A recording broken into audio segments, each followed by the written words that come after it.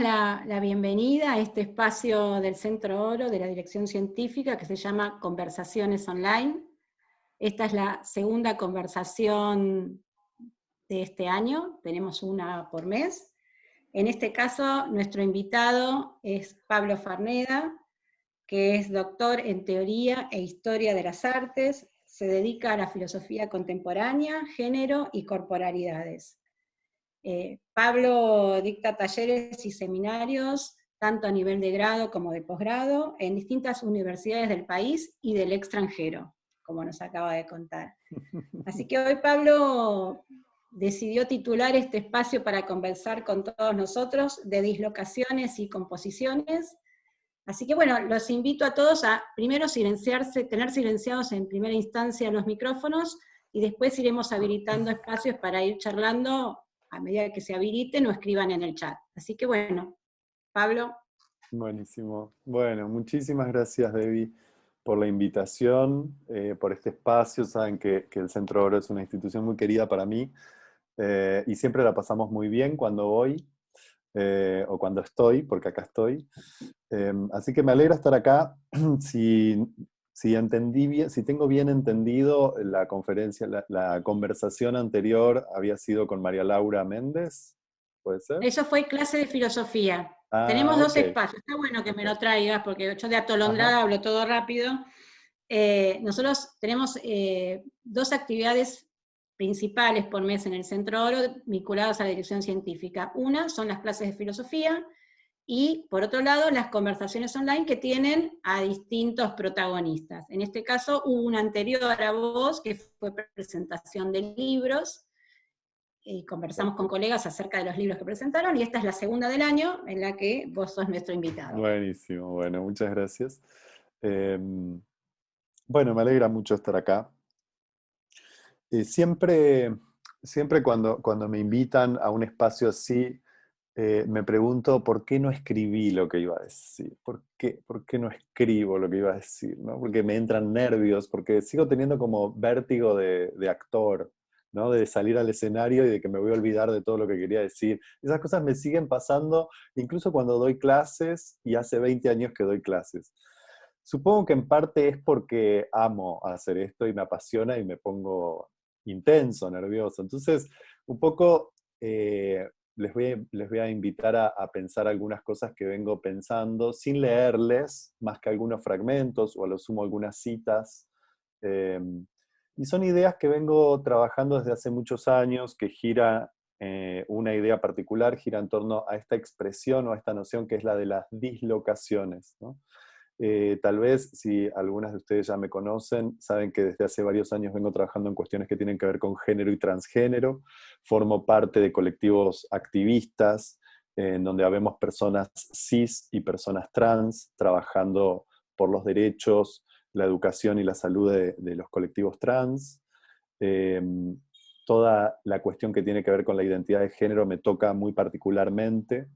Y a lo largo de los años fui buscando algunas reflexiones filosóficas que me permitan acercarme, bueno, esto, que nos permitan acercarnos filosóficamente a estos problemas, ¿no? Y no solo anecdóticamente, históricamente. Y ahí hace muchos años apareció esta idea que es la de la dislocación, ¿no?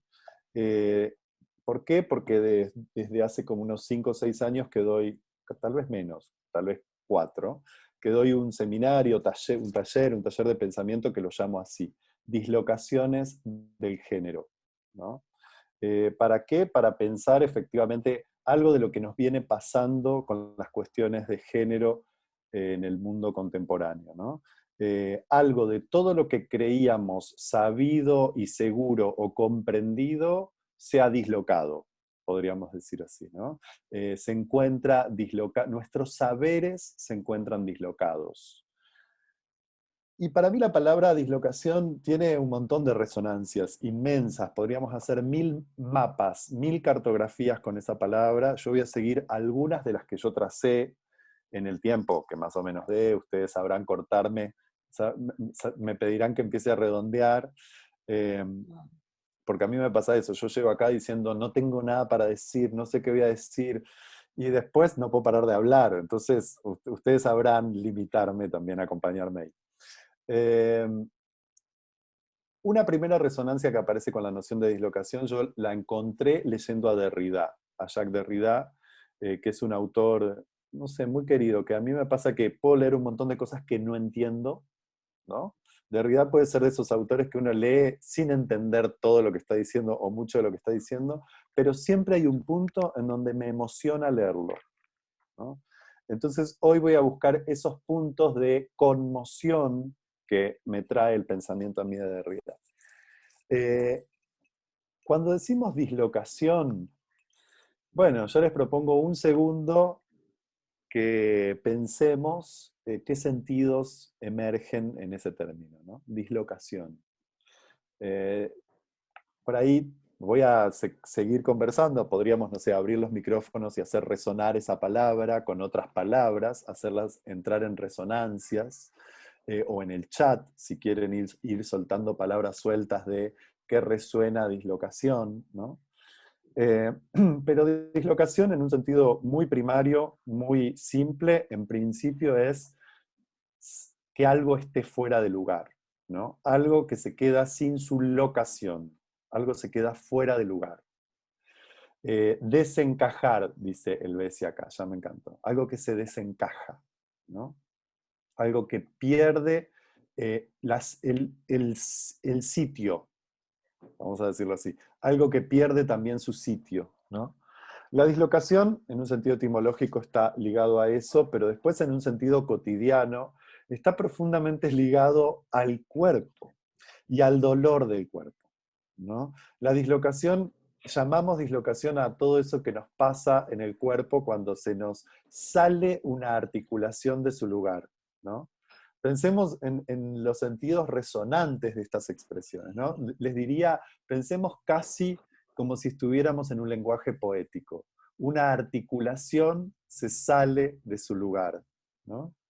Un hueso se desencaja. Bueno, hay un cambio de lugar también, dice Laura, ¿no? O sea, no solo un salirse del lugar, sino un cambio del lugar. La dislocación, ¿qué pasa con la dislocación en el cuerpo? La dislocación en el cuerpo trae dolor. Y vaya si lo trae. Se los puedo contar en primera persona porque hace un mes me atropelló un auto andando en bici. Estábamos hablando de eso antes de arrancar, ¿no? Y estuve un mes con un yeso y efectivamente con el codo fracturado y dislocado, ¿no? O podríamos decir con el codo fracturado pero todo el cuerpo dislocado, porque frente al golpe algo se nos disloca. Entonces, me parece interesante también registrar que cuando se produce una dislocación, se produce dolor. Y en principio, cuando el dolor es insoportable, uno no puede nada, ¿no? Pero también, y al mismo tiempo, el dolor, digamos, y el forzamiento que trae la dislocación es una oportunidad para pensar, o vamos a decirlo así, para pensar de nuevo, para pensar eso que estaba ya pensado, ¿no? Y para dejar de saber esto que estaba ya sabido. Entonces, las dislocaciones siempre funcionan para mí como una oportunidad, ¿no? Como un tiempo que es el tiempo de lo oportuno, el tiempo de la oportunidad, es el tiempo del acontecimiento también, ¿no? El tiempo de la dislocación es el tiempo de un acontecimiento, y un acontecimiento no es ni bueno, ni malo, ni lindo, ni feo, pero sí es doloroso y puede ser oportuno, ¿no? O sea, el acontecimiento trae algo de lo que se sale de su lugar, de lo que produce incomodidad, y puede ser una gran oportunidad para repensar lo sabido, ¿no? Entonces, las dislocaciones tienen para mí un punto de partida en esta idea, ¿no? En algo que sale de su lugar, y al salir de su lugar duele. ¿Y dónde duele? Y duele en el cuerpo, ¿no? Nos duele en el cuerpo. Pensar duele en el cuerpo. Y a eso yo llamo pensar, porque si no es intelectualizar, si no es llenar de palabras, si no puede ser teorizar. Ahora, a lo que a mí me interesa llamar pensar como acto filosófico, ¿no? O como acontecimiento filosófico, es efectivamente al hecho de que nos pase algo en el cuerpo al pensar. Y cuando digo nos pase, lo digo en los dos sentidos del pasar. Que acontezca algo, pero que nuestro cuerpo además deje pasar algo. ¿Está bien? ¿Resuena esto? O sea, esos dos sentidos del pasar, ¿no? Que algo acontezca en nuestro cuerpo, pero además que algo pase en el sentido en que se lo permita pasar, se le permita entrar, ¿no? A esto que está pasando a través de nuestro cuerpo. Bueno, yo les decía que tomaba esta expresión de Derrida. ¿Por qué?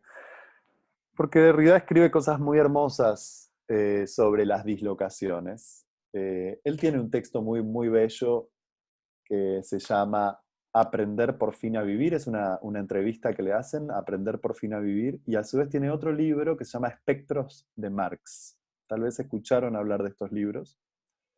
Y él, en el exordio, o sea, en la introducción, en el llamado, podríamos decir también, ¿no? En ese primer llamado, en esas 3 primeras páginas de Espectros de Marx, vuelve sobre esta idea del aprender por fin a vivir, ¿no? Y nada, es una expresión alucinante, aprender por fin a vivir. ¿Se puede, dice él? ¿Se puede aprender por fin a vivir? ¿Cuándo uno aprende a vivir? ¿Aprende a vivir al fin? ¿No? Al fin Claro. en el sentido de al final.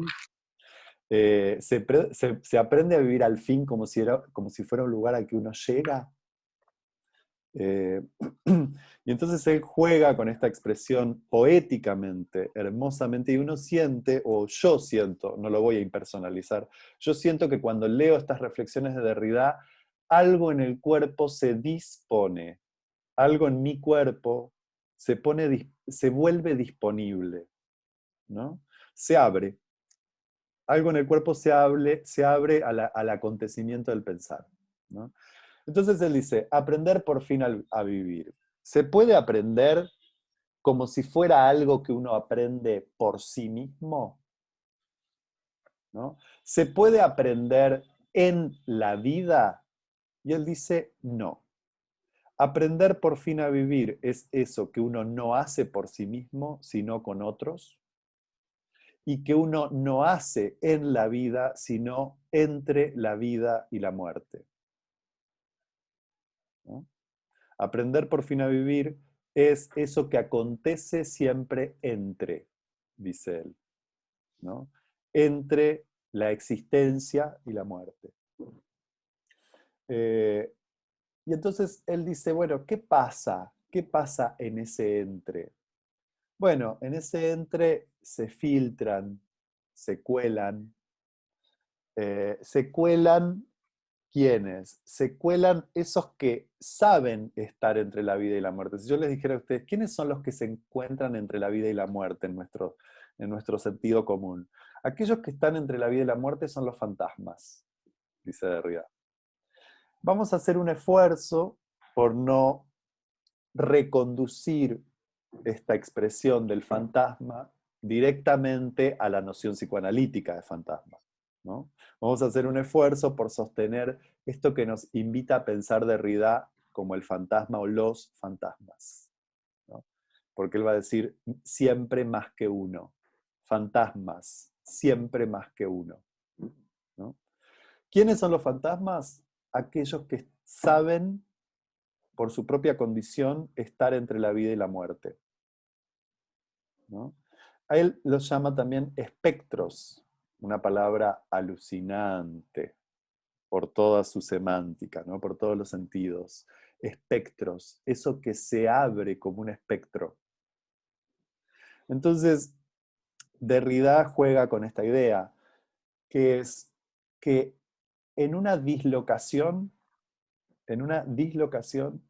se abre un tiempo-espacio. En una dislocación se abre un tiempo-espacio. Y en ese tiempo-espacio, por ese tiempo-espacio que se abre, se cuelan los fantasmas. Esos que no existen, que no están del lado de la existencia, pero que yo los voy a definir con una expresión de Deleuze, que es muy hermosa, que es, no existen, pero subsisten e insisten, ¿no? Un fantasma no existe, pero insiste. Entonces, ¿qué son los fantasmas en términos de Derrida aquí? Bueno, en principio hay que escucharlo literalmente.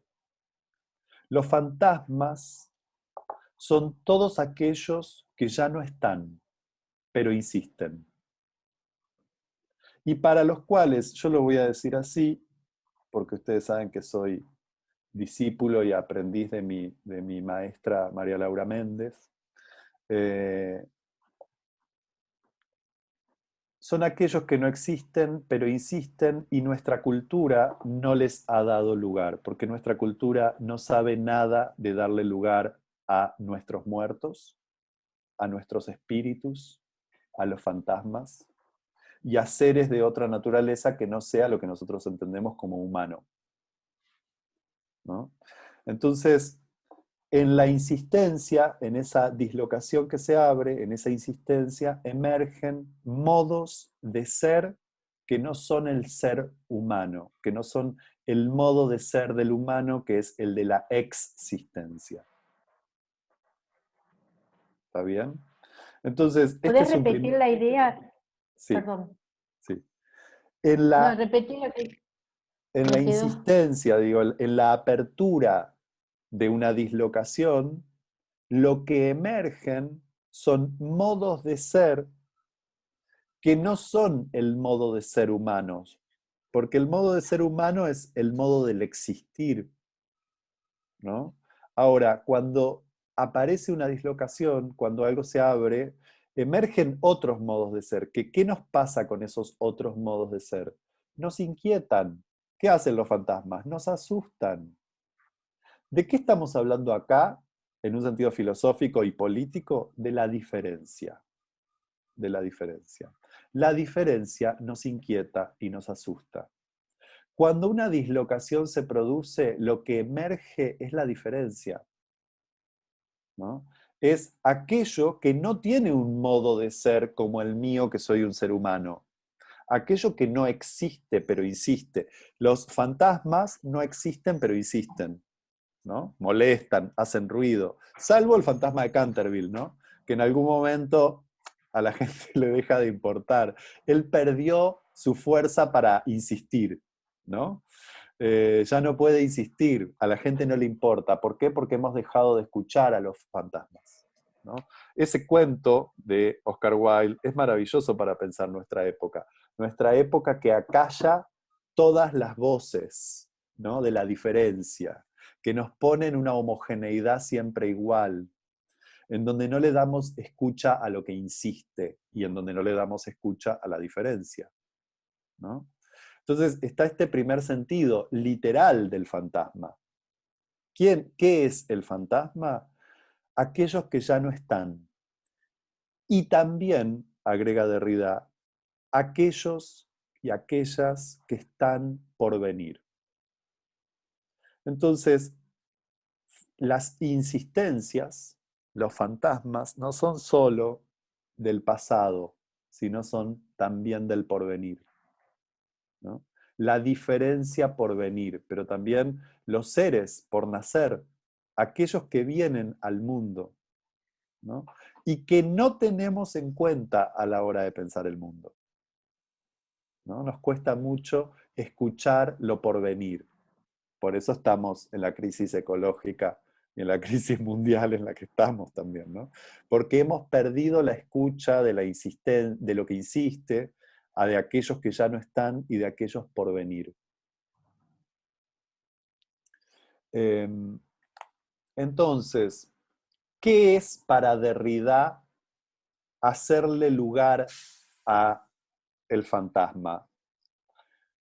Es otorgarle un reconocimiento, reconocer, ¿no? Que nuestra vida es más que esta vida, ¿no? Que está todo el tiempo, que en nuestra vida y en nuestra existencia está todo el tiempo insistiendo la vida ¿no? De los fantasmas, de aquellos que fueron y ya no están, pero también de aquellos que aún no están y van a ser.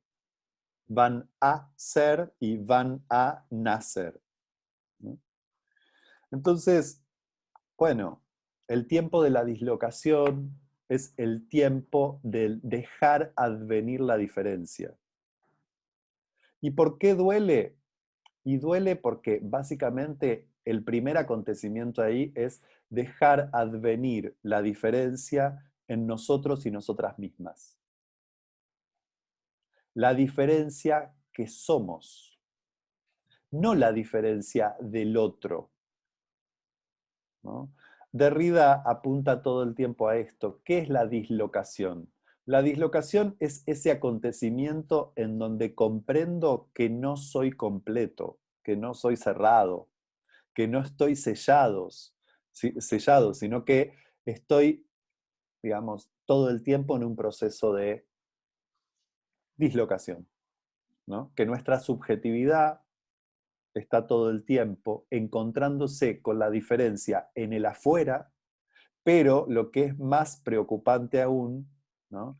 Encontrándose con la diferencia en sí misma, en la relación del sí consigo mismo, en donde emerge todo el tiempo una diferencia del que fuimos, ¿no? Una diferencia respecto del que podemos ser. Entonces, solo en este trabajo de hacerle lugar a nuestro diferir, a nuestro estar en transformación, en diferimiento, ¿no? Existe la posibilidad de alojar lo extranjero. Existe la posibilidad de hospedar lo diferente que en principio parece que viniera, que estuviera ahí afuera. No hay posibilidad de hospedar lo extranjero si yo no puedo hospedar lo extranjero en mí, ¿no? Un trabajo muy delicado, muy artesanal, aprender por fin a vivir. Aprender por fin a vivir es ese trabajo delicado y artesanal de hacerle lugar a nuestra propia diferencia. Ustedes me dirán qué tiene que ver esto con que yo me ocupe de las cuestiones de género y transgénero, ¿no? Bueno, en principio, para mí hay algo fundamental acá, y es cómo nuestra cultura, nuestra tradición, nuestra episteme moderna colonial, ¿no? Ha pensado los cuerpos y los géneros. Los ha pensado siempre desde el binarismo, ¿no? Pero fundamentalmente, digamos, a nuestra episteme le cuesta tremendamente hacerle lugar a una diferencia que no encaje en los términos binarios. Toda nuestra episteme es binaria, ¿no? Y un poco es inevitable que nuestras teorías lo sean, porque si no, significa que podemos crear teorías por fuera de la época. Yo creo que a lo largo del siglo XX creamos y sostuvimos las teorías que pudimos, pero hoy el tiempo se encuentra dislocado. Entonces, cuando aparece la dislocación, aparece la oportunidad para repensar qué hemos creído que era el género, en tanto que lo hemos creído binario, masculino, femenino, varón, mujer. En general, cuando a mí me llaman para hablar de cuestiones de género, me ha pasado en muchas instituciones, fundamentalmente en instituciones de salud, pero no tanto de salud mental, o no solo de salud mental, sino de salud cuando trabajo con equipos de salud, ¿no? Me llaman para que yo explique la transexualidad o la transgeneridad, ¿no? Lo cual es tremendo, es terrible. Porque primero yo no soy un especialista en eso. Justamente de lo que se trata es de no convertirse en un especialista en eso. Pero además mi apuesta siempre es invertir la pregunta, hacer esta pregunta que es, ¿por qué las personas trans, la transgeneridad o la transsexualidad nos genera una curiosidad y una pregunta casi podríamos decir incluso muchas veces morbosa, consumista, ¿no? consumista, como queremos saber, queremos ver, queremos mirar, queremos indagar, cuando en realidad lo que no podemos ver, lo que no hemos visto, es el modo en que las identidades de género presuntamente normales, esto que llamamos identidades de género cis, o sea, un varón cis, en mi caso, es una persona que nació con el sexo asignado al nacer como varón y se crió y vive como un varón. Una mujer cis es una mujer que al nacer fue asignada por su genitalidad como mujer, fue criada como mujer y se siente mujer y vive como mujer. Eso es una persona cis. O sea, presumiblemente la mayoría de las personas que estamos acá somos personas cis.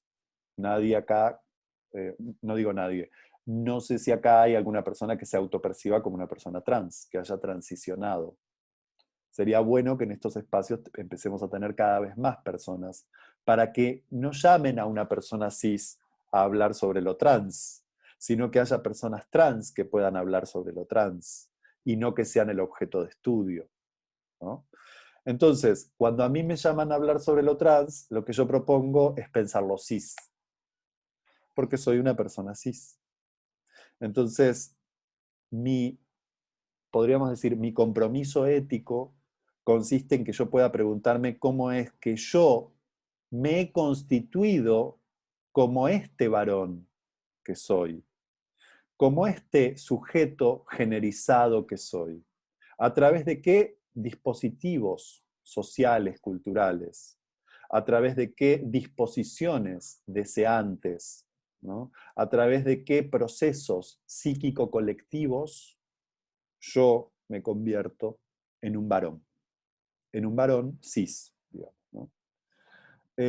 Me parece que lo interesante ahí es comprender que cuando preguntamos por lo otro como la diferencia, por ejemplo, en este caso por lo trans, perdemos de vista nuestro propio diferir constitutivo, nuestro propio proceso de hacernos, pero además nuestro proceso de haber estabilizado cierta identidad, haberla creído estable y haberla postulado como una identidad natural, ¿no? Entonces, ¿por qué yo traigo esto de las dislocaciones y de Derrida? Bueno, porque yo creo que justamente nos permite invertir las preguntas, ¿no? Invertir las preguntas, pero fundamentalmente reconciliarnos con nuestra propia singularidad. ¿Por qué yo veo singularidad en una identidad trans? ¿No? Veo una particularidad, algo que hay que investigar o por lo que hay que preguntar, y no se nos ocurre preguntar, ¿no?, sobre esta singularidad que somos cuando estamos siendo varones y mujeres cis.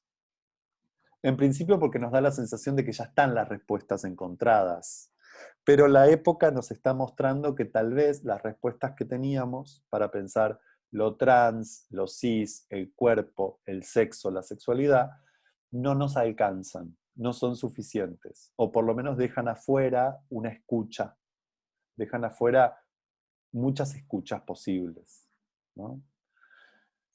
Entonces, en principio, la dislocación es esa tarea de reencontrarnos con lo que difiere en nosotros y nos abre a nuestros fantasmas en un sentido amplio y no solo en un sentido psicoanalítico, ¿no?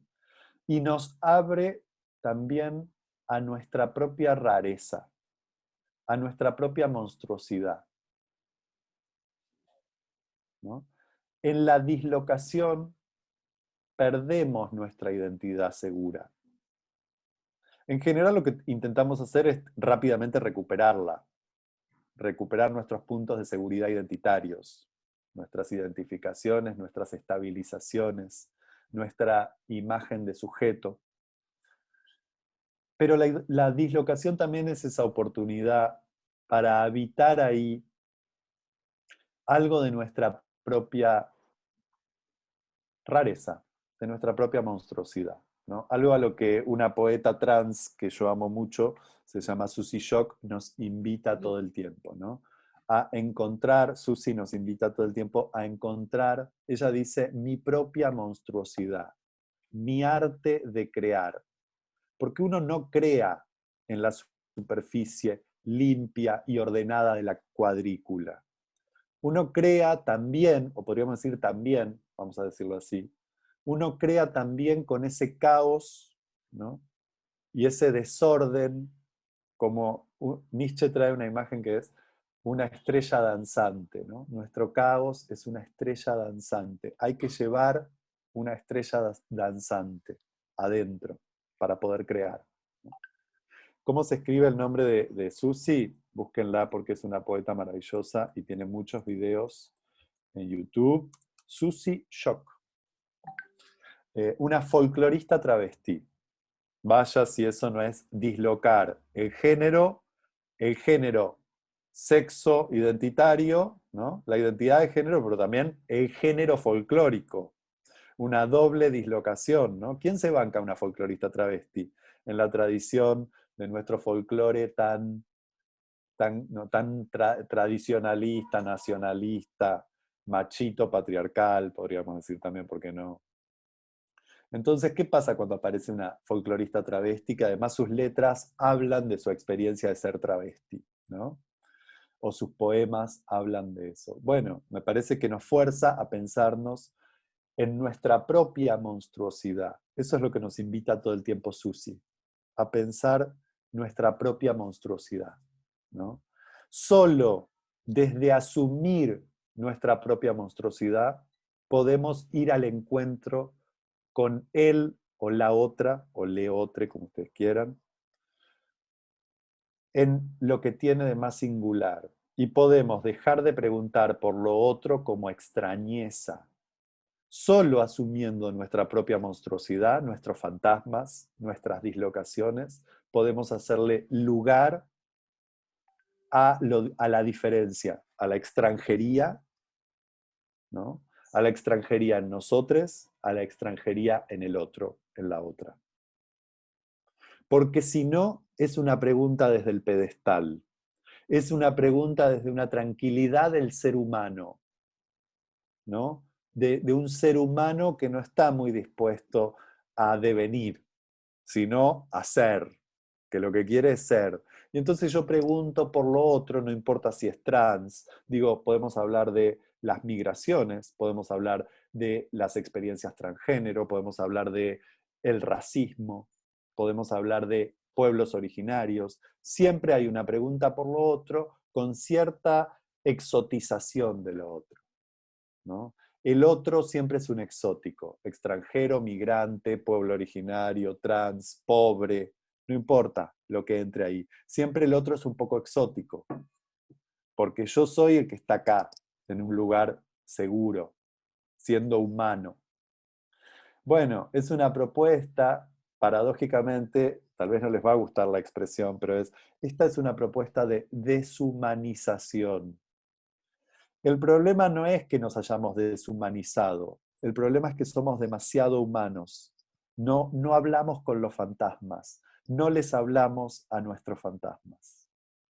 No les hablamos a nuestra propia, no le hablamos a nuestra propia monstruosidad. No amamos lo suficiente todavía nuestra rareza. Amar nuestra rareza es amar todo eso que nos enseñaron a odiar desde que nacimos, lo que nos enseñaron a odiar en nosotras y nosotros mismos. Amar eso es un acto de valentía primero, y después es un acto político de hacerle lugar a la diferencia. Entonces, para terminar, no sé cómo estoy de tiempo, pero yo diría para terminar, yo agarro esta frase de Derrida que es aprender por fin a vivir y la transformo un poquito. Yo cerraría este encuentro para pensar las composiciones como un acontecimiento que es aprender por fin a amar. Aprender por fin a amar. Aprender por fin a amar es justamente hacerle lugar a todo eso que solo aprendimos a rechazar, ¿no? En principio, porque nos resulta aberrante o porque nos resulta abyecto. aprender por fin a amar, para retomar la expresión de Derrida, es algo que uno no hace por sí mismo, sino en el encuentro con la diferencia en sí mismo y en el otro, ¿no? Y que uno hace, otra vez, aprender por fin a amar, es eso que uno hace entre la vida y la muerte, ¿no? Y nunca solo adentro de la vida. A ver, ahí está. Helvecia dice, ahora retomo estas cosas, ¿no? Eh, Hay una expresión también de Nietzsche que es muy hermosa, que es el amor fati, ¿no? Que es el amor al mundo, el amor al acontecimiento. El amor al mundo y el amor al acontecimiento es el amor a lo que hay. Por eso amor fati literalmente significa amor al hecho, o sea, amor a lo que hay. Cuando uno dice amor a lo que hay, es amor a lo que uno puede, a lo que uno puede ser y a lo que el otro puede, a lo que el otro puede ser. Un amor que no pretende forzar lo que hay, ni lo que el otro es, ni lo que uno mismo es. Un amor que puede hacer lugar, ¿no?, a esto que hay, a esto que emerge, a esto que se presenta. Para terminar, y ahora retomo los comentarios, eh, pienso cómo Gilles Deleuze nos propone pensar el amar. Voy a decir el amar más que el amor, ¿no? O lo que puede ser aprender por fin a amar. Deleuze propone que el amar es ver en ese o esa con quien yo hago el amor, que puede ser la relación sexual, pero puede ser hacer el amor en un sentido infinitamente amplio, ver en ese no un uno, sino un mundo. Y ver que a través de ese encuentro con ese mundo se amplían los mundos. El mundo se hace más grande. No hacemos el amor con alguien, hacemos el amor con los nombres de la historia, dice Deleuze. Hacemos el amor con un mundo, ¿no? Y este amor no tiene nada de romántico, porque este amor tiene que bancarse que ese mundo no me pertenece, que ese mundo no se cierra, que ese mundo no es estable, ¿no? Que ese mundo está en una perpetua transformación, como yo también, ¿no? Y que el amor puede ser ese encuentro de posibles. Amamos menos a la persona que tenemos enfrente que a los posibles que esa persona envuelve, ¿no? Entonces, bueno, me parece que es volver a esta idea, o para cerrar sería poder comprender este paso de las dislocaciones a las composiciones como un aprender por fin a amar la dislocación, a amar la diferencia, a amar nuestra monstruosidad y nuestra rareza. Y ahí puede haber lugar para la diferencia. ¿Estoy bien de tiempo? Estás bien, estás perfecto. La idea es que, bueno, podamos empezar a charlar. Buenísimo. Si querés empezar por lo que te puso acá Helvecia, y también quien quiera después abrir el micrófono y preguntar, por supuesto. Genial. Maga dice llevar un caos dentro de sí para por fin dar luz a una estrella danzarina. Maravilloso, Maga, gracias por decir la frase bien, porque yo hago con las frases cualquier cosa. Yo disloco las Una frases, nunca las cito, composición. nunca Es las una cito de claro, las composición. compongo, las descompongo y recompongo. Helvecia dice, no entiendo, ¿qué es lo que nos enseñaron a odiar? ¿Podrías dar un ejemplo? Hermoso, Helvecia. Yo creo que nos enseñaron a odiar un montón de cosas. Por empezar, yo hablo desde mi experiencia. ¿Cuál es mi experiencia? La de ser un varón puto criado en un pueblo, en una familia conservadora y en instituciones supercatólicas. Yo aprendí a odiar todo de mí, ¿no? Como nos pasó a muchas personas que pertenecemos a los colectivos de la diversidad. Lo primero que aprendemos es a odiar todo lo que nos está pasando. Yo creo que de ahí se puede entender estas expresiones que son la homofobia, la lesbofobia, la transfobia, pero desde ahí podemos entender también la xenofobia. Fobia es una palabra discutida, problematizada, es miedo, es terror, es odio, ¿no? Mucha gente en los colectivos, ¿no? En el pensamiento descolonial, así como en el pensamiento de la diversidad, dicen, no hablemos más de homofobia, hablemos de homoodio, que no es lo mismo, ¿no? Bueno, pero yo voy más allá de la transfobia. Digo, podemos pensar la xenofobia.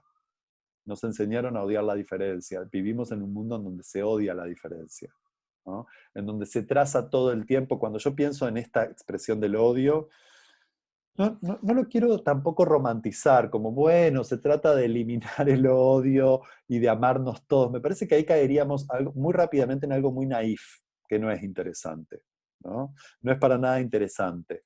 El odio también es potencia, y es potencia de destrucción el odio. Ahora, en poder ver cómo encauzamos esa potencia de destrucción, es la posibilidad de que el odio no se convierta en violencia sin signo, ¿no? El odio necesita también sus tramitaciones, su lugar, necesita también su arte, su espacio para convertirse, alquimizarse en otras cosas. No digo que hay que eliminar el odio, no creo en eso. No me parece la cosa tan naif. Pienso que ya el amor y esta relación de amor a la diferencia o de amor fati, de amor al mundo tal como es una relación compleja de amor-odio, ¿no? De amor-tensión, de amor-dolor. Ahora, creo que sí nos enseñan a odiar mucho. Creo que por eso vivimos en un mundo donde la polarización está a la orden del día. Todo es o yo o el otro. Todo es blanco-negro, Macri Cristina, River Boca, eh, todo es, ¿no? Republicanos demócratas. Hay un nivel de polarización que nos impide, ¿no? Fundamentalmente hacerle lugar a la diferencia, hacerle lugar a los fantasmas, hacerle lugar a lo monstruoso. A eso me refería cuando digo creo que nos enseñan a odiar mucho. En mi caso, yo no puedo no hablar desde mi experiencia de pertenecer a un colectivo, ¿no? De la diversidad. Hablo desde ahí. Me parece que es interesante hablar situado, que es algo que el otro día en un espacio psicoanalítico me decían, nosotras tenemos prohibido hablar desde nosotras mismas. Yo digo, bueno, yo estoy exonerado de eso, estoy exento, ¿no? Porque yo que me dedico a la filosofía y al arte, puedo hablar desde mis propias experiencias, puedo exponerlas. Creo que que no se trata solo de exponer la biografía, sino de que la biografía también sea una posibilidad, una oportunidad para el pensamiento. No importa mi vida, pero importa que lo que pienso lo pensé desde mi vida. Eso sí importa. Mi vida no es importante, pero que el hecho de que aquellas cosas que estoy pensando las pienso desde una situación, desde una vida situada, eso sí creo que es importante. Muy potente, Pablo, gracias. Maga. Susana dice, sería un fluir entre dislocación y composición. Me encanta, Susana. Una tensión entre fantasmas y cierta estabilidad identitaria, exacto. Tal vez es posible sostener la tensión solo desde los colectivos. Hermoso, todo, Susana, todo lo que decís ahí me resuena. Efectivamente, porque en la dislocación y en el dolor nadie puede vivir. En la pura dislocación nadie puede vivir y es lo que estamos atravesando ahora. Estamos en una época del mundo pandémico, crisis financiera, económica, política, subjetiva, a más no poder, y la dislocación es insoportable. Ahora, si no podemos ver las dislocaciones y la oportunidad que nos traen para hacerle lugar a la diferencia, y bueno, entonces frente a la dislocación solo nos sellamos, ¿no? Solo nos cerramos. Habitar esa tensión, ese entre, ¿no? Ese entre implica, sí, la composición todo el tiempo, ¿no? Una tensión solo desde los colectivos. Me encanta también eso porque acá lo colectivo no remite a los colectivos en sentido grupal solamente. Es los colectivos que nos habitan, los colectivos que ya somos, ¿no? Es muy extraña esta idea de que la subjetividad, el sujeto, la identidad, sería algo como un yo cerrado. Es un yo porque, bueno, porque se sostiene acallando una multiplicidad de manadas que nos habitan, que muchas veces los llamamos mis fantasmas, ¿no? Tenemos que acallar un montón de tribus que tenemos adentro para poder decir yo. Entonces, bueno, hacerle lugar a algo de esa escucha, ponerlas en asamblea a esas tribus, y puede ser algo muy interesante, ¿no? Los colectivos no son solo el espacio colectivo exterior, es también el espacio colectivo interno, ¿no? Y en este momento de tanto encierro pandémico, creo que necesitamos de las dos cosas. La virtualidad nos permite mantener algo de lo colectivo, como este encuentro. Para mí, ver sus caras, aunque no nos podamos abrazar hoy, ver cómo responden con sus gestos, es inmenso, digo, con extrañeza, con afirmación, con gente que duda, con gente que sonríe cuando yo digo algo. Es un montón hoy esto también. Helvecia dice, ¿cómo verías, ya que estás o sos conocedor del arte, podrías compartir algo entre dislocación y arte? Hermoso, Helvecia, la pregunta. ¿Me meto ahí? Aprovecho la pregunta de Helvecia, me meto ahí. Sigue Bueno, siendo tu entre, así que sí. buenísimo, genial. Son las derivas que se van produciendo, así que Hermoso, hermosa la pregunta por el arte. ¿Por qué yo me dediqué al arte? Primero voy a pensarlo desde ahí, ¿no? ¿Por qué quiero invitarles a pensar cosas desde el arte, aunque hoy no haya hablado de arte? Bueno, porque el arte es, en el sentido más simple, banal, el arte es potencia de creación. El arte es potencia de creación. Después está recapturado por las instituciones, por la institución arte, por los museos, por la definición de arte, la modernidad, y a mí me gusta siempre hacer este distingo, ¿no?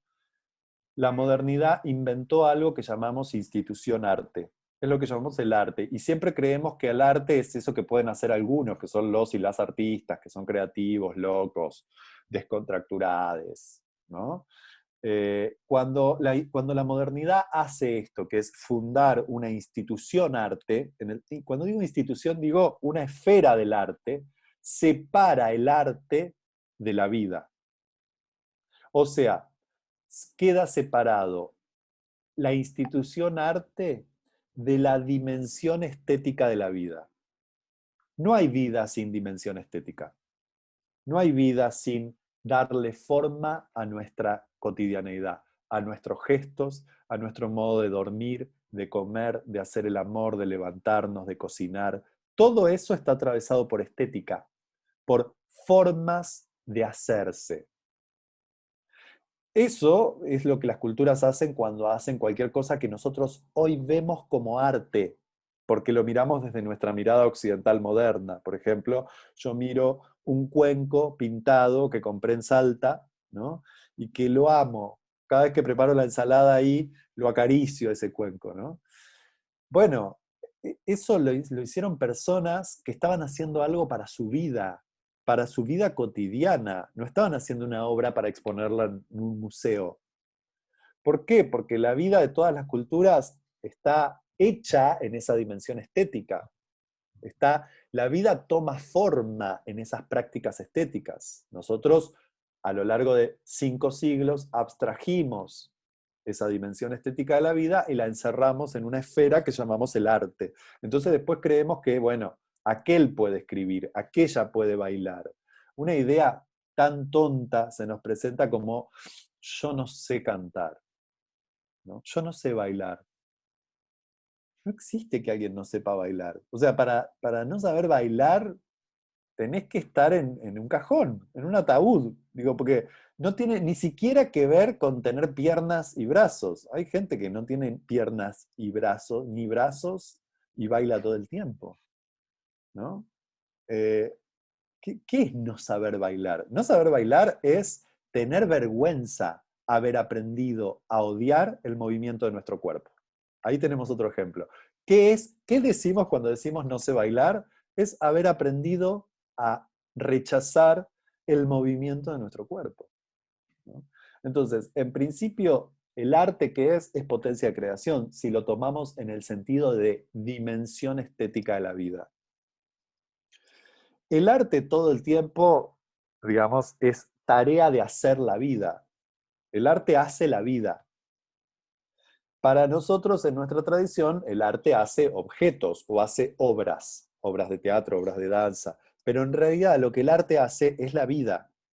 Cuando yo trabajo y cuando yo investigo en artes y a lo que me dediqué a investigar es prácticas artísticas trans, lo que yo trabajé es con un colectivo de artistas trans que hacían performance, folclore, poesía, literatura, ¿no? ¿Y qué hacían al hacer esas prácticas artísticas? Eh, Narraban su experiencia de ser trans. O sea, yo trabajé con obras, performance, poesía, literatura, en donde las artistas trans ponen en esa práctica, tematizan su experiencia de ser trans. Mi hipótesis ahí es que cuando las artistas trans hacen esto, se hacen un cuerpo, pero no es metafórico. Las artistas trans, al hacer arte, se hacen literalmente un cuerpo. Ahora, ¿qué es lo que nos muestran estas artistas trans? Susy Shock, Camila Sosa Villada, Effie Bed, Nati Menstrual. Nombro 4 que son las 4 que yo más he trabajado en mi corpus de investigación, que en unos poquísimos meses va a salir publicado como un libro que se llama así, Cómo hacerse un cuerpo en el arte, ¿no? Estoy ahí en pleno proceso de corrección del libro. Entonces, lo que yo digo es que estas artistas nos muestran no que las personas trans se hacen un cuerpo. Lo que ellas nos muestran es que para poder vivir, todos y todas necesitamos hacernos un cuerpo.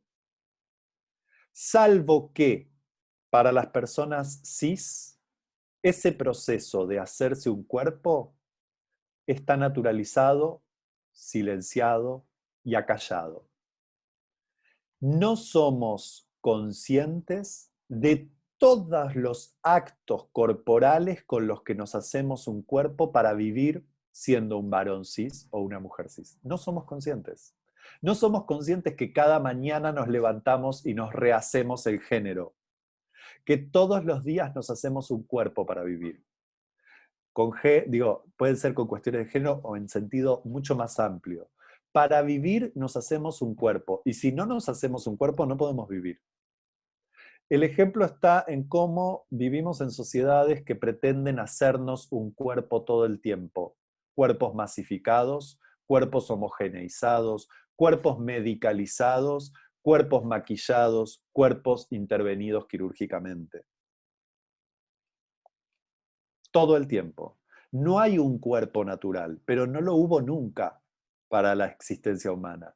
No hay un cuerpo natural. Cada cultura desarrolla sus modos de hacerse cuerpos. Y el cuerpo cis no es más natural que el cuerpo trans. No es más natural que una persona decida hacerse una vaginoplastía o una mastectomía porque quiere tener pectorales y no pechos. Eso no es menos natural que todo lo que hacemos las personas cis para hacernos un cuerpo cotidianamente. Solo que nuestros modos de hacernos cuerpos están silenciados, acallados, naturalizados y legitimados. ¿Por qué una cirugía estética mía, en mi caso, o de una mujer, es menos, es vista o considerada de manera menos traumática, menos sospechada de psicosis que las cirugías de una persona trans? ¿Por qué que yo tenga esta nariz operada por un cirujano, que está operada por un cirujano, esta nariz que no es pequeña, ¿vieron? No me quedó como una modelo. Es una nariz operada por un cirujano, básicamente porque me rompieron la cara a trompadas peleando en una pelea, entonces me la tuvieron que reconstruir. Tengo que aclarar eso, pero está reconstruida por un cirujano. Porque además, digo, el cirujano aprovechó y la retocó, ¿no? ¿Por qué esta nariz retocada ¿no? Sería un poco más natural que la vaginoplastía de una mujer trans.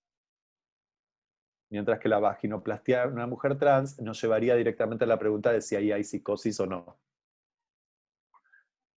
No lo sé. Me parece que son cosas para hacernos para preguntarnos la cantidad de modos invisibilizados en que cotidianamente nos hacemos un cuerpo, pero para algunos y algunas esto no tiene grandes costos. En cambio, hacerse un cuerpo trans en nuestra sociedad tiene el costo de la discriminación, de la vergüenza, de quedarte afuera del mundo laboral y del sistema educativo, entre otras cosas. Entonces, un poco para eso yo miro el arte. El arte es una práctica de hacerse un cuerpo. Qué hermoso sería pensar todas nuestras prácticas estéticas, pero en un sentido amplio, ¿no? ¿Con qué prácticas estéticas nos hacemos un cuerpo? Pero no solo maquillarse. No porque maquillarse esté mal, digo, sino porque rápidamente pensamos en una práctica estética con la que me hago el cuerpo es embellecerme, maquillarme, hacer ejercicio. Hacer ejercicio. Vaya tecnología de los cuerpos. Yo que doy historia del arte, una cosa que hago en mis talleres es mostrar cómo se inventó un modelo del cuerpo occidental. ¿En dónde? En la Grecia clásica. Uno mira las esculturas de los chabones, fundamentalmente de los chabones, ¿no? De los tipos, las esculturas de la Grecia clásica, de los bronces de Riace, por ejemplo, ¿no? Y uno dice, me estás cargando, tienen hasta la postura del patobica de boliche, o del que está la barra del boliche, ¿no? O sea, tenemos 2500 años de un modelo de cuerpo masculino que pesa sobre nuestros cuerpos. Otras culturas no tienen este modelo. La historia del arte inventa modelos de cuerpo. Hace cuerpos la historia del arte. Hoy, en el siglo XXI, ya no es solo la historia del arte, podríamos decir la historia del arte es lo que menos cuerpo hace. Hoy lo hace la publicidad, el gimnasio, las pastillas, las dietas. Eso nos hace un cuerpo. Pero hasta el finales del siglo XIX, principio del siglo XX, ¿dónde aparecían los modelos de cuerpos ideales? En el arte, en las imágenes del arte. Durante 2400 años fue el arte el que inventó los modelos de cuerpo. ¿No? Uy, perdón, me colgué porque me cuelgo, ya les había Ah, está avisado. bien. Esperen Me que parece leo. que había, Pablo, Daniel, Ujú. perdón, me perdón. parece que Daniel, ¿querías hacer una pregunta? Genial, Ah. Después tengo otra yo del Facebook. buenísimo. No sé si está Daniel. Sí, acá estoy. Bueno, en principio agradecerte, Pablo, sobre todo porque, además de que es muy agradable escucharte, me haces pensar y recordar, que es peor todavía. Daniel, te hago una Y, pregunta. Vos no sí, sos a nada. la respuesta es sí. ¿En serio? ¿Vos sos el papá de Tommy? Ay, el que me va a hacer un asado, Daniel me prometió un asado, quiero contarle a todo el mundo y dejarles de testigo acá. Daniel me debe un asado para cuando pase esta pandemia. Qué placer Cuando tenerte quieras, acá. cuando quieras. Qué placer tenerte I- acá. Igualmente, igualmente. Bueno, ahora me distrajiste. Perdón, perdón. Bueno, voy a hacer un chiste para poder decir todo lo que voy a decir después, que no es tan agradable. Que hables de A. Morfati a esta hora me resulta un poco difícil de escuchar. No, no, tremendo, es tremendo porque yo tampoco comí, les quiero decir. Así que estoy amorfati en cualquier momento. Bueno, Oh, me preguntaba sobre esto de interrogar lo trans y que, ¿por qué no nos explicás lo que es lo trans? Te pedía alguien. Ah, hermoso. Sí. Y vos decías, ¿por qué no le preguntan a alguien trans? Y yo Ujú. me preguntaba, digo, a mí me hace pregunta la sexualidad no solo desde lo trans. Porque me parece que en la relación sexual todos trastabillamos. ¿Por qué no Ah, tendríamos derecho los hombres blancos heterosexuales y judíos, y además pelados, a trastabillar en la sexualidad? Pero digo, es como si a mí me preguntaran en una hermoso. conferencia, explícame cómo es ser pelado. Y yo qué sé. Total, Entonces total. digo, no sé si le puedo preguntar a un trans que me explique lo que es lo trans. No sé Ahí si está, alguien lo puede explicar. ahí está. Yo lo pienso de otro modo, que es, ¿qué es lo normativo? ¿Qué es lo normativizante? Eso.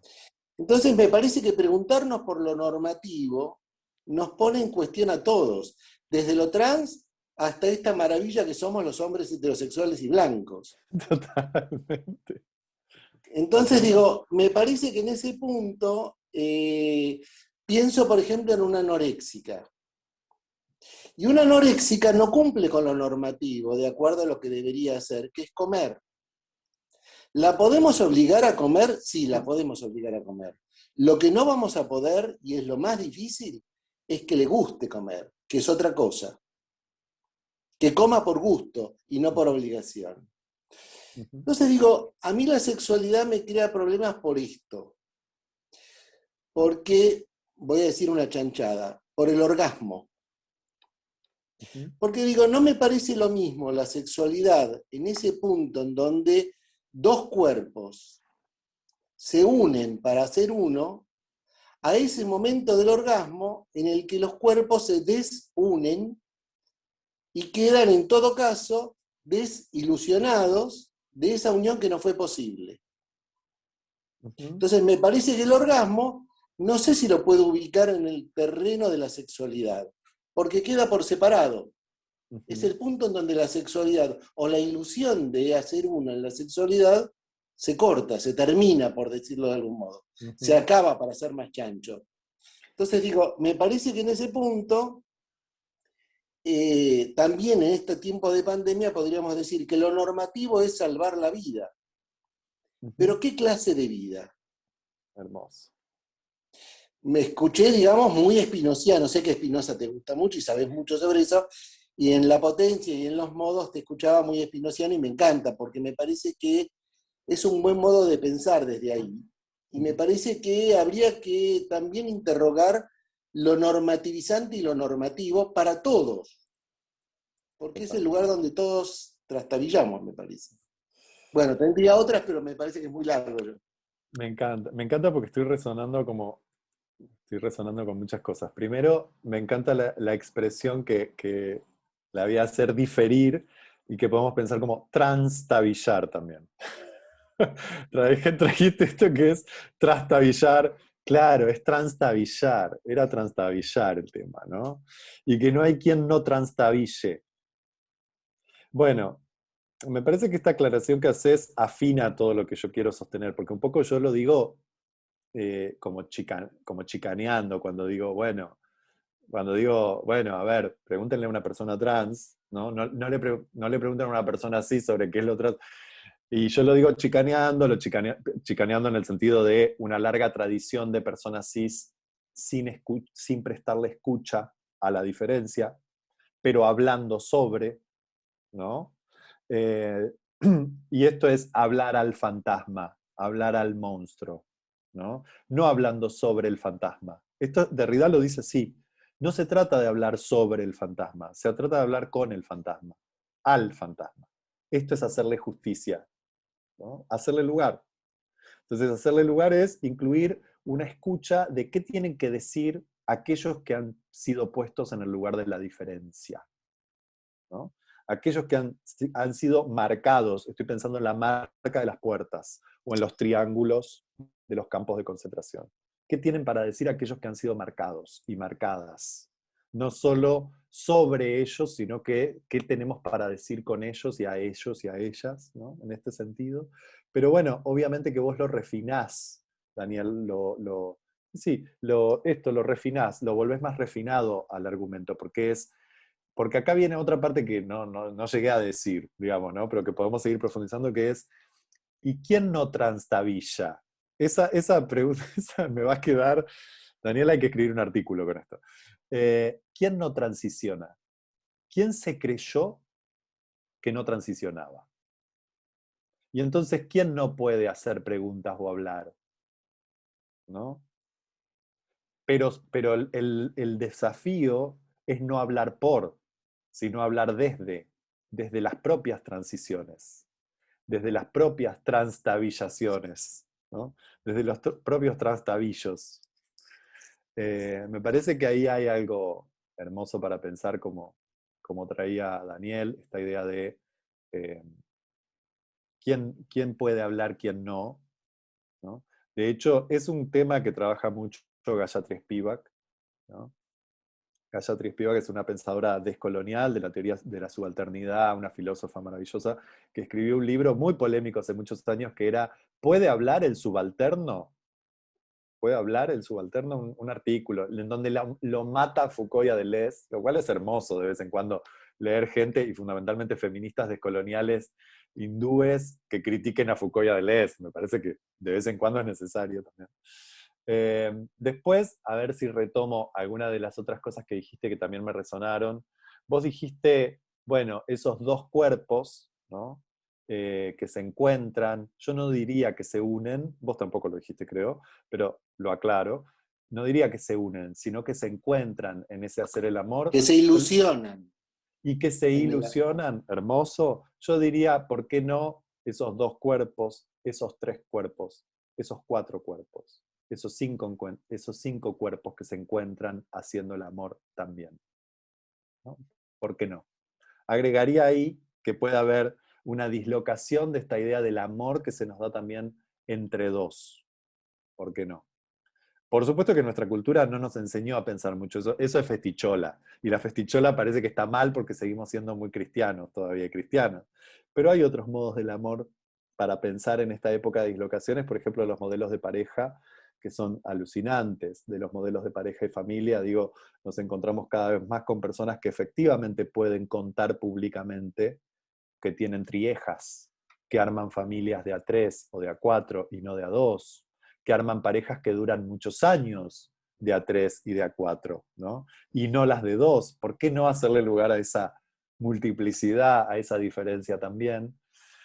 Y vos traías lo de que se desilusionan en el orgasmo. Y yo pensaba, volvía a esto, ¿no? Como la dislocación de cualquier completud ahí. La dislocación de cualquier completud.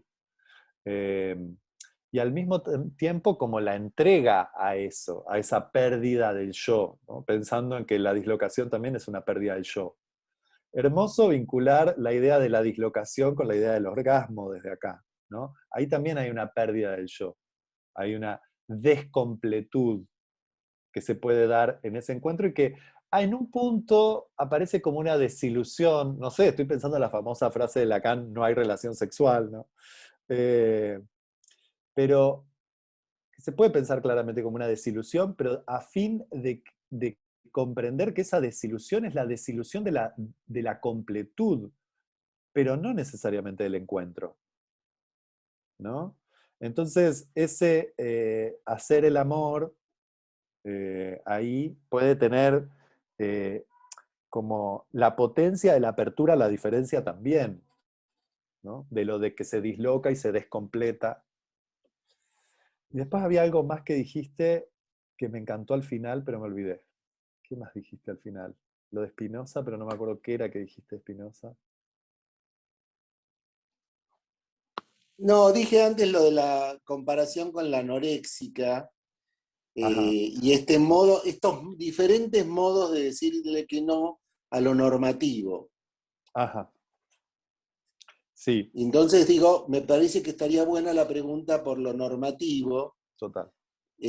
porque me parece que ahí es donde todos transtabillamos, me encantó la idea, eh, porque me parece que es un punto en donde se amplía, cuando vos hablas de los judíos, me hiciste acordar que a los 14 años yo entraba al colegio secundario, a mi aula, y había un cartel que decía prohibido entrar a los judíos. ¿No? Y digo, ¿qué diferencia tenía ahí con un trans? Va, sí, supongo que sí, pero no, digo, en algún punto es lo mismo. Yo creo que sí, claro, que voy ahí, que es eso, efectivamente, cómo se construyen esas normatividades que algunas las hemos podido deconstruir y otras no las empezamos ni a mirar. No las empezamos ni a mirar a esas normatividades. Me parece que ahí está, que afinaste el argumento, Daniel. O sea, quedémonos digamos, con este punto, que es lo que está de fondo, que la pregunta es por lo normativo, ¿no? Y no solo o tanto por la diferencia. Sería, cuando damos vuelta a la pregunta y ya no preguntamos por la diferencia, sino que preguntamos por lo normativo, ahí podemos encontrarnos con nuestra diferencia.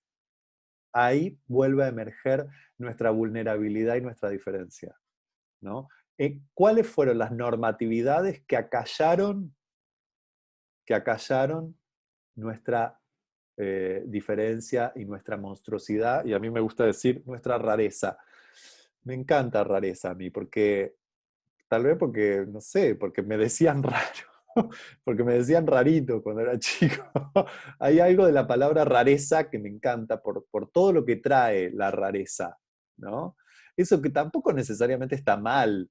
Hay gente que, y yo diría esto también, ¿no? Hay gente que justamente mira nuestra rareza con una especie de incógnita y fascinación. La rareza en el otro nos fascina, y de hecho, ¿qué es lo que amamos en el otro? Y amamos ese puntito de rareza y de singularidad, ¿no? Ese modo mínimo en que mueve la ceja, ¿no? Qué ridículo haber pensado que el deseo era algo así como heterosexual o homosexual. El deseo es el deseo de la singularidad. El deseo siempre es singular, siempre maquina con un punto de rareza del otro, o de la otra, o de lo que sea, ¿no? Entonces, bueno, después la homosexualidad y la heterosexualidad son dos grandes máquinas normativas, porque la homosexualidad también es una máquina normativa, tanto como la hetero. Después vienen las máquinas normativas, pero el deseo en sí es pura potencia de agenciar con eso pequeñito, singular, microscópico del cuerpo del otro, ¿no? Entonces, bueno, hermoso quedarnos con esta pregunta por lo normativo, y en esa última reflexión de Spinoza me resonaba que obviamente que en el fondo está Spinoza, cuando yo traje la imagen del amor fati. El amor fati lo nombré a Nietzsche, pero Nietzsche, adivinen a quién se lo roba, y se lo chorea a Spinoza. Spinoza podría ser el primer gran filósofo de la modernidad, voy a decir, porque no es el primer filósofo que piensa esto. Ya estaba Epicuro en la antigüedad también, ¿no? Pero de la modernidad, Spinoza es aquel que formula que este mundo es todo lo que puede. Este mundo es todo el mundo que puede ser. Y que si nosotros comparamos a este mundo con un mundo que debería ser en términos ideales, la cagamos. Ahí cagamos. Discúlpenme, pero esto, por suerte, esto ya es una conversación íntima. Entonces, Daniel, abrazos a Tommy. Tommy es mi amigo, además, ahora. Además de estudiar conmigo, es mi amigo querido y mi compañero de trabajo. Entonces, Spinoza nos trae esta imagen de que si queremos realmente escapar al cristianismo, o sea, si queremos escapar al judeocristianismo y a cualquier teología, a cualquier pensamiento teológico, tenemos que dejar de postular un mundo por sobre este. Tenemos que dejar de medir este mundo con otro, o de medir mi cuerpo con otro que sería mejor, o de medir mi vida con otra vida que sería mejor que esta, sea la de otro o sea una ideal que yo me pongo arriba. Entonces, esto es renunciar a toda teología. Ser fiel al mundo que hay es amar el mundo que hay, pero no para que siga siendo tal cual es, sino para poder transformarlo. Solo puedo transformar este mundo si lo amo, no si lo odio. No si lo rechazo en comparación con otro mundo. Transformar el mundo exige como condición amarlo, primero tal como es.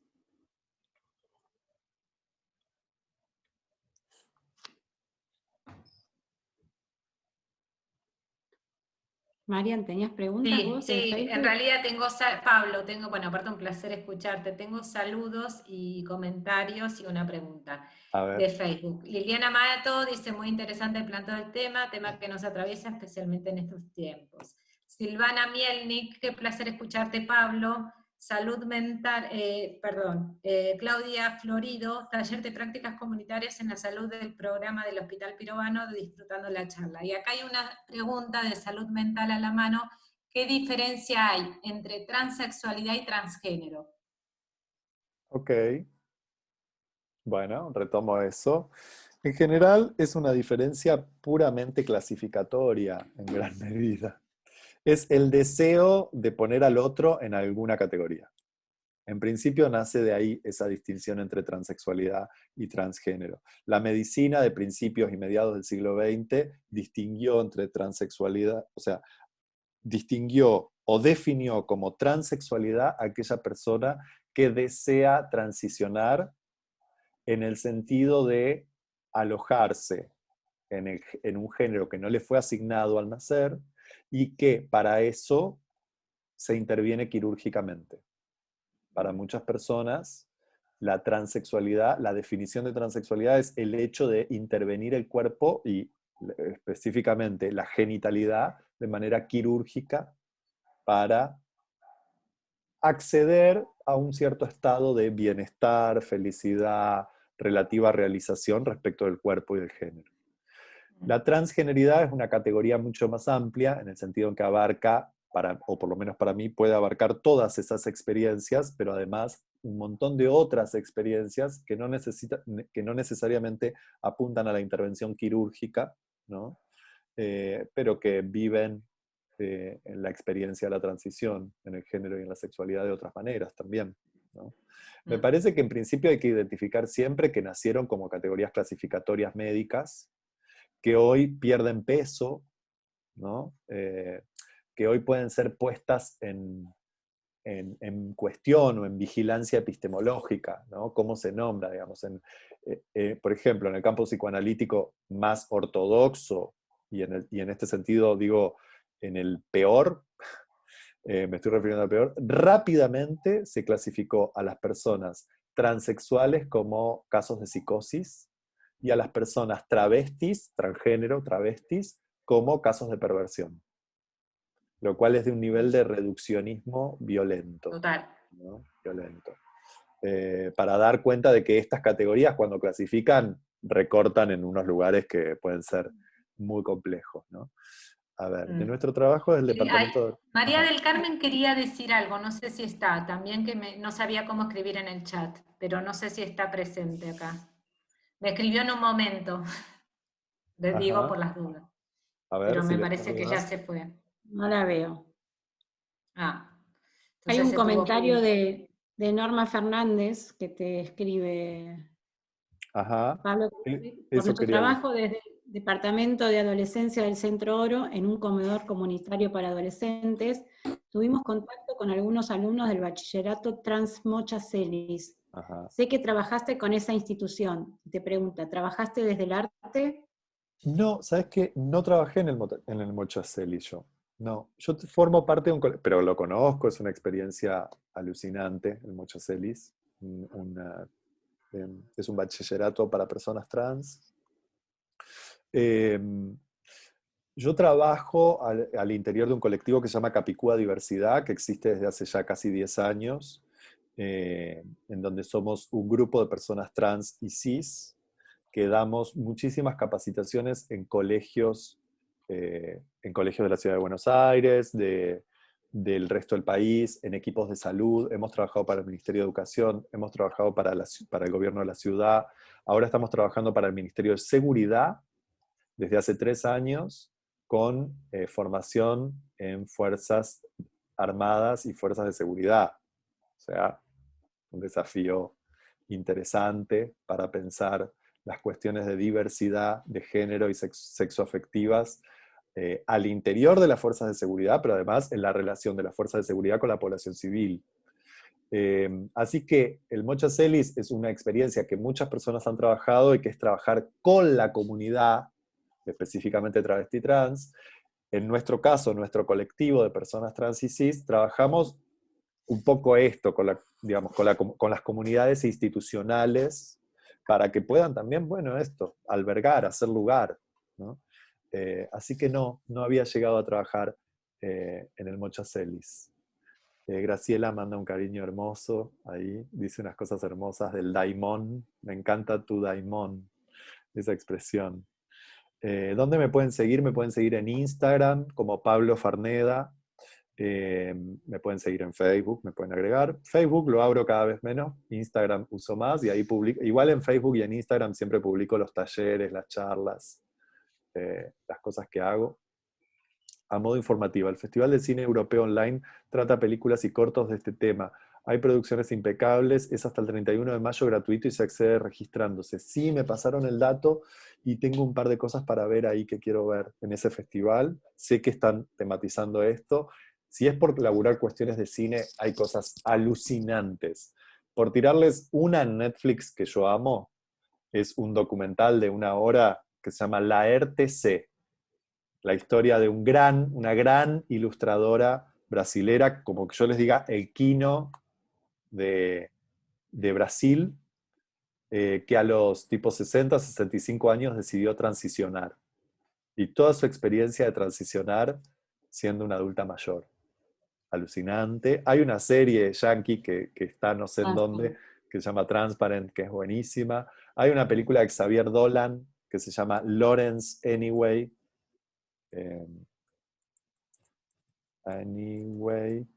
Lawrence Anyway, de Xavier Dolan, que a mí me encanta. Esa está en Movie, por ejemplo. Yo tengo Movie. Pero también está en Extremio. Para mirar cosas hay cada vez más y mejores, unas producciones muy hermosas para tematizar mucho de esto. Claro, pensaba mirar en términos de este pensar que abre, ¿no? Que aloja las rarezas y las preguntas, ¿no? Que un poco es movernos del campo de lo normativo, ¿no? Porque todo el tiempo, en el último trapo pensaba que no es para hoy, pero de alguna manera toca toda la cuestión del poder, ¿no? Que está en juego con estas normativas y estos modelos absolutamente modernos. Absolutamente. El binarismo es un sistema de poder, fundamentalmente. De hecho, cuando yo hago la historización de estos, podríamos decir, cuando yo defino al género, ¿cómo defino al género? Cuando decimos género, perdón, pero yo estoy tranqui charlando como si esto tuviéramos toda la vida y yo en media hora tengo que dar clases, pero si tengo un ratito más sigo. Tenemos 5 minutos más, dale, tranqui. Cuando uno define al género, cuando uno piensa en el sentido común de la palabra género, ¿qué es género? Y básicamente, género es un sistema de clasificación. Por eso decimos los géneros musicales, los géneros literarios, ¿no? Los géneros también de la identidad de género, masculino y femenino. Es un sistema de clasificación. O sea que fundamentalmente el género es un sistema. Es un sistema de ordenamientos. Específicamente, la identidad de género es un sistema de ordenamiento de los cuerpos. Lo que pasa es que en vez de tener un montón de casilleros posibles, tiene 2 nomás, ¿no? Pero, bueno, funciona como un sistema de ordenamiento de los cuerpos. Y cuando uno la lee, por ejemplo, a Monique Wittig, que es una filósofa, poeta de los años 70 maravillosa, una lesbiana feminista, que ella decía, bueno, la heterosexualidad no tiene nada que ver con una orientación sexual. La heterosexualidad es un sistema político de organización de los vínculos.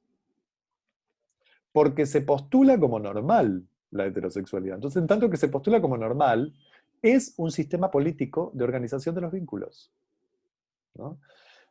Y es muy maravilloso pensar al género como un sistema de organización de los cuerpos, a la heterosexualidad como un sistema político, ¿no? Nos saca de algo medio naif, como que nos hace despertar de un sueño de, ¿en qué momento creímos que esto? Porque esto no tiene más de 150 años de creencias. Hay una historia de esto, 170. Hay una historia de esto. ¿Qué pasa si escarbamos en la historia y lo empezamos a ver desde otras perspectivas? Es alucinante cambiar la perspectiva. Dejarse dislocar, podría ser, ¿no? Ahí en relación a esto, Susana te preguntaba, te decía que pensaba la diferencia entre normatividad y legitimar las cuestiones de género, y que le parecía que tal vez de eso se trata cuando trabajás con las fuerzas de seguridad. Totalmente, sí. O sea, es fundamentalmente primero que comprendan que son seres humanos y que hay derechos humanos inalienables. Por ejemplo, que no por ser travesti y estar trabajando en la prostitución la podés desnudar. O sea, y es algo que la policía hace habitualmente cuando arresta travestis. Las desnuda. a veces en la vía pública. Bueno, ahora no pueden porque está la ley de identidad de género y qué sé yo, pero no pueden entre comillas porque lo siguen haciendo en muchas provincias de la Argentina. Imagínense en Latinoamérica. O sea, imagínense en Latinoamérica donde no hay ley de identidad de género, cómo se trata a las travestis, ¿no? Sí, arrancar ahí es básico. Pablo, muchísimas gracias por tus conceptos para seguir pensando y por tu claridad y calidad en tu transmisión. Abrazo, Helvecia. Un placer, Helvecia. Estoy muy contento con este encuentro, con las resonancias, con las sonrisas. Sus sonrisas son un montón para mí. Así que me quedo muy feliz de que hayamos hecho esta charla. Bueno, nosotros Irene, te agradecemos justamente esta posibilidad de dislocarnos un poco usando tus palabras y empezar a habilitar el espacio para nuevas composiciones, ¿no? Que se dan en esta conversación, y bueno, desde ya muchísimas gracias a vos, Pablo, y bueno, y a todos los que estamos participando, a todos los que se han conectado por acá o por Facebook para participar de esto. Y de paso, bueno, quiero invitarlos a nuestras próximas actividades que tienen mucho que ver con este proceso de dislocación y composición. Bueno, próximamente en junio, el primer viernes de junio, que es el 4 de junio, tenemos la segunda clase de filosofía de María Laura Méndez, donde, bueno, estamos trabajando desde la línea espinociana muchas de estas ideas, y que se pueden incorporar a esta segunda clase sin problemas, porque todo el material está subido en el canal de YouTube que tenemos del Centro Oro, así que la pueden vivir y repetir la clase o tomarla.